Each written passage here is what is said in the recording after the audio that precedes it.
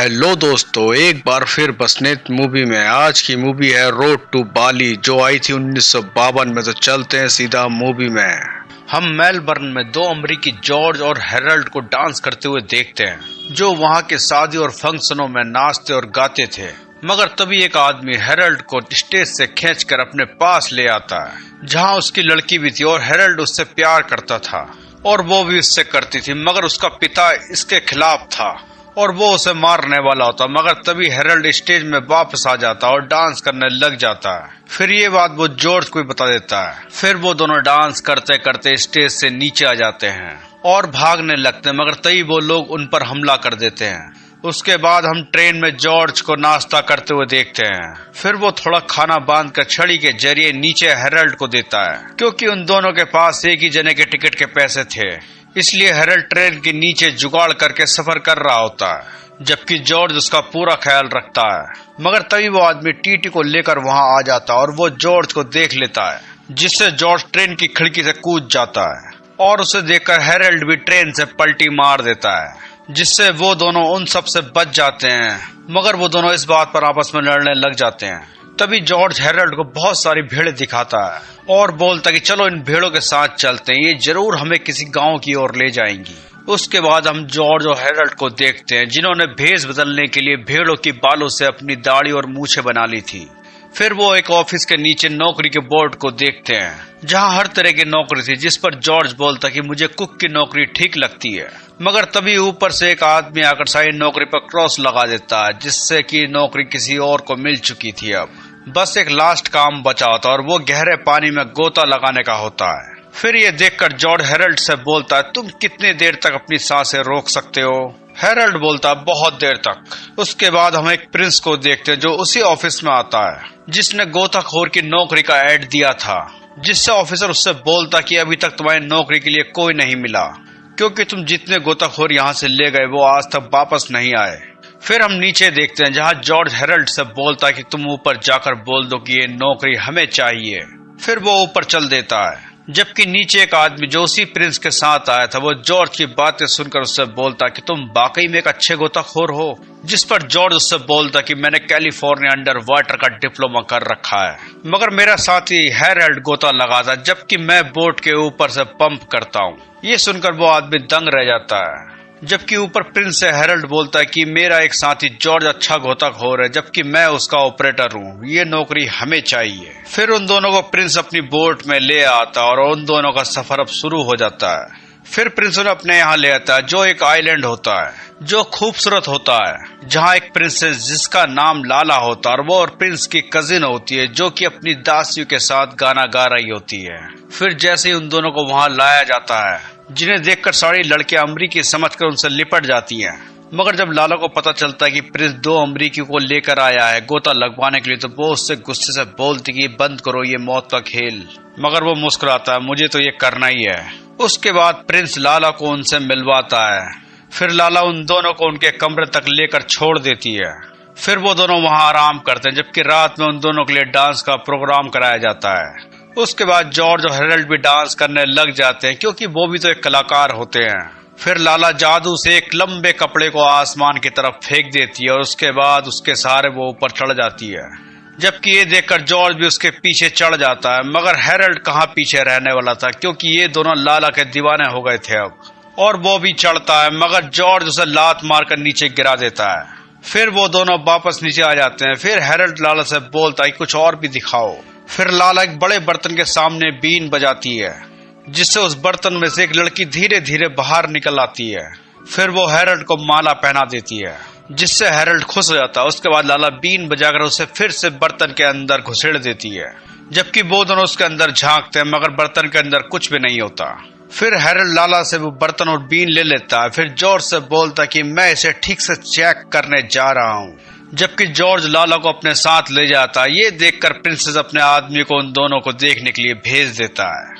उसके बाद लाला और जॉर्ज बातें करते हुए टहलते हैं। फिर लाला जॉर्ज से बोलते कि तुम दोनों यहाँ से चले जाओ, और बोलते कि कई साल पहले मेरे पिताजी सोने के गहनों को बाली शहर बेचने के लिए जा रहे थे, मगर हमारे लंगून के चट्टान के पास उनकी नाव डूब गई, क्योंकि वहाँ उनका सामना एक बहुत बड़ी स्क्वाइड से हो गया था, जिससे मेरे पिता और वो खजाना वहीं डूब गए। और तब से लेके आज तक मेरा चचेरा भाई उस खजाने को निकालने के चक्कर में कई लोगों को उस राक्षस का हवाले कर चुका है, मगर वो खजाना आज तक नहीं मिला। और अब तुम दोनों बलि चढ़ने वाले हो, और इसलिए मैं चाहती कि तुम दोनों अपनी जान बचाकर यहाँ से भाग जाओ।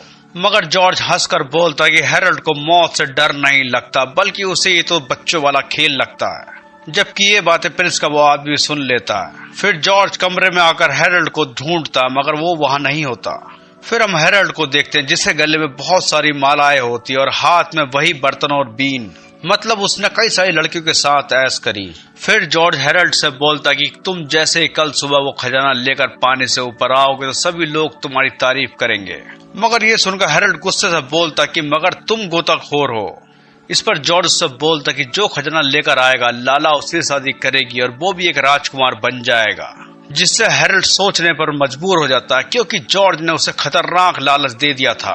फिर हैरोल्ड के सोने के बाद जॉर्ज उठकर बर्तन और बीन को पकड़ लेता है, और फिर ज्यादा शोर ना हो इसलिए बीन के आगे वो कपड़ा ठूस देता है और बजाना शुरू कर देता है। मगर उसमें से एक अजीब सी लड़की बाहर निकलती, जिसे देखकर जॉर्ज डर जाता है और भागता है, जबकि वो भी उसके पीछे होती है।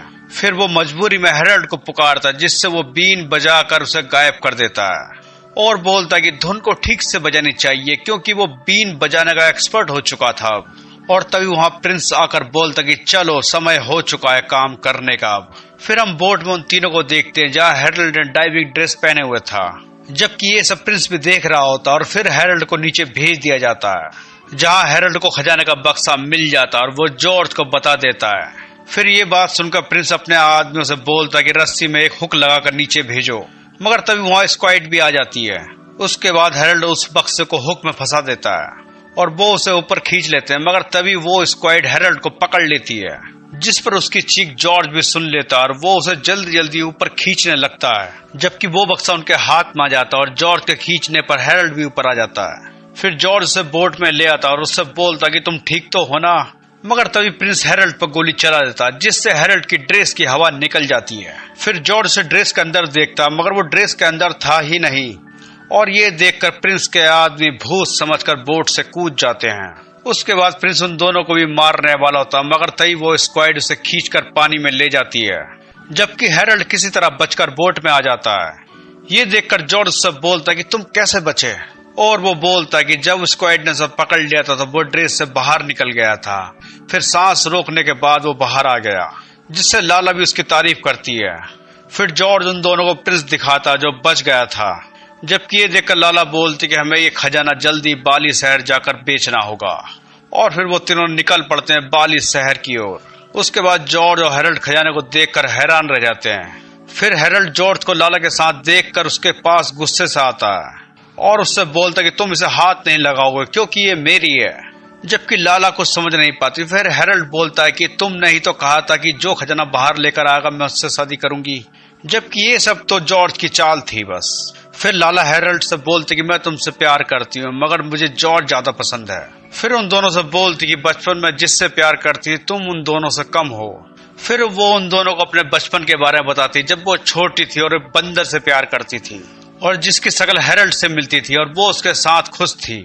उसके बाद वो कुछ सोचकर हैरोल्ड को देखती है कि हैरोल्ड की शक्ल उस बंदर से बहुत मिलती है, जिस पर वो हैरोल्ड को सैंडी बोलती है जो उस बंदर का नाम था, और उसे गले लगा लेती है। मगर हैरोल्ड बोलता कि मैं बंदर नहीं हूँ।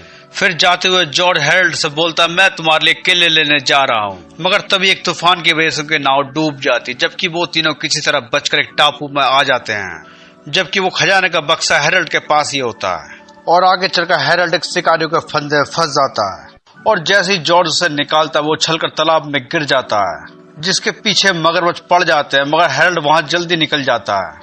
फिर वो तीनों एक कुटिया जंगल में देखते हैं, जबकि अंदर जाकर हैरोल्ड एक बंदूक लेकर उन्हें दिखाता है। फिर रात में उनके सोने के बाद एक गोरिल्ला उनके पास आता और वो बंदूक की नाल को मोड़ देता है, जबकि उसे बाहर एक शेर पकड़ लेता है, जिसकी आवाज सुनकर वो तीनों बाहर देखते हैं, मगर वो शेर उसे मार देता और चला जाता है। उसके बाद वहाँ एक मादा गोरिल्ला आती है जो ये देखकर दुखी होती है। फिर वो उसे अपने साथ ले जाती है, जबकि शेर की आवाज सुनकर हैरोल्ड गोली चला देता उस मुड़ी हुई नाल से, जिससे बंदूक की नाल मुड़ी होने से उनकी कुटिया के चारों तरफ वो गोली घूमने लगती है।